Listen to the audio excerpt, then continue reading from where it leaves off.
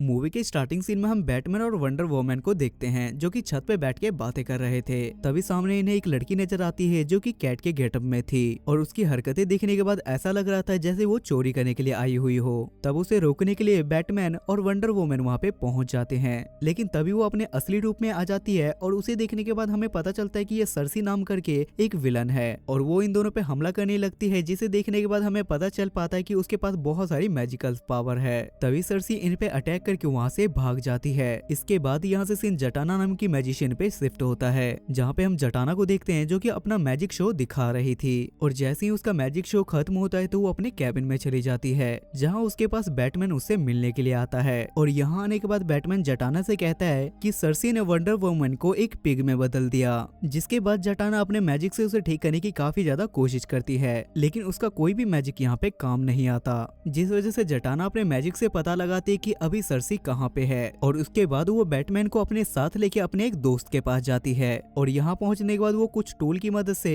Cersei की exact location पता लगाने की कोशिश करती है, लेकिन अनफॉर्चुनेटली यहाँ पे उसका मैजिक काम करना बंद कर देता है क्योंकि सर्सी जटाना से भी बहुत ज्यादा तेज थी। अब ये लोग इसके बारे में आपस में बात कर ही रहे थे, लेकिन तभी वंडर वुमन वहाँ से भाग जाती है क्योंकि अभी उसकी सोच बिल्कुल एनिमल की तरह थी, जिस वजह से जटाना और बैटमैन उसे ढूंढने के लिए साथ में निकल जाते हैं, लेकिन काफी ढूंढने के बाद भी इन्हें वंडर वुमन नहीं मिलती, जिस वजह से बैटमैन वी वाना वेस्ट को बुलाता है जो कि एनिमल की लैंग्वेज बड़ी आसानी से समझ सकता था। जिसके बाद वो अपने दोस्तों को भी ये इन्फॉर्मेशन दे देता है और उन्हें भी वंडर वुमन को ढूंढने के लिए कहता है। उसके बाद हम वी वाना वेस्ट को देखते हैं जिसे वंडर वुमन मिल जाती है, लेकिन जब वो उसे पकड़ने के लिए जाता है तो वो इधर उधर भागने लगती है और उससे बचने के चक्कर में वो एक पिग फैक्ट्री के अंदर चली जाती है और वहाँ पहुंचने के बाद उसे पता चलता है कि यहाँ पे पिग का मीट तैयार किया जाता है, जिसे देखने के बाद वंडर वुमन काफी ज्यादा डर जाती है। इधर हम जटाना और बैटमैन को भी देख पाते हैं जो कि सर्सी की लोकेशन का पता लगाने के लिए मेडोसा के पास जाती है और मेडोसा भी अपनी शक्तियों से पता लगा के इन्हें एग्जैक्ट लोकेशन के बारे में बता देती है और वो इन्हें ये भी बताती है कि वो किसी थिएटर के अंदर अपना शो परफॉर्म कर रही है, जिस वजह से बैटमैन और जटाना दोनों मिलकर सर्सी के पास पहुंच जाते हैं और वहां पहुंचने के बाद ये लोग सर्सी पे हमला भी कर देते हैं, जिस वजह से सर्सी अपने असली रूप में आ जाती है और वहाँ के कुछ लोगों को वो अपने जादू से कुछ एनिमल में कन्वर्ट कर देती है, जिस वजह से वो एनिमल बनने के बाद जटाना और बैटमैन से फाइट करने लगते हैं, लेकिन जल्दी ही जटाना और बैटमैन मिलकर उन सबको एक पिंजरे में कैद कर देते हैं। जिसके बाद बैटमैन सर्सी से कहता है कि मेरी तो तुम्हारे से कोई दुश्मनी भी नहीं है और तुम वंडर वुमन को ठीक करने का क्या लोगी, जिस पर सर्सी बैटमैन के पास आके उससे कहती है कि तुम मेरे लिए कोई गाना गाओ और अगर मुझे गाना पसंद आया तो मैं वंडर वुमन को छोड़ दूंगी, जिस वजह से बैटमैन वहाँ पे एम आई ब्लू नाम का एक गाना गाने लगता है। वही दूसरी तरफ हम वंडर वुमन को देख पाते हैं जिसे पिग फैक्ट्री के लोग नॉर्मल पिग समझ के उसे कटिंग मशीन में डाल देते हैं, लेकिन वो जैसे ही कटिंग मशीन के अंदर जाती है तो वो वापस से अपने रूप में आ जाती है, जिस वजह से उसकी यहाँ पे जान बच जाती है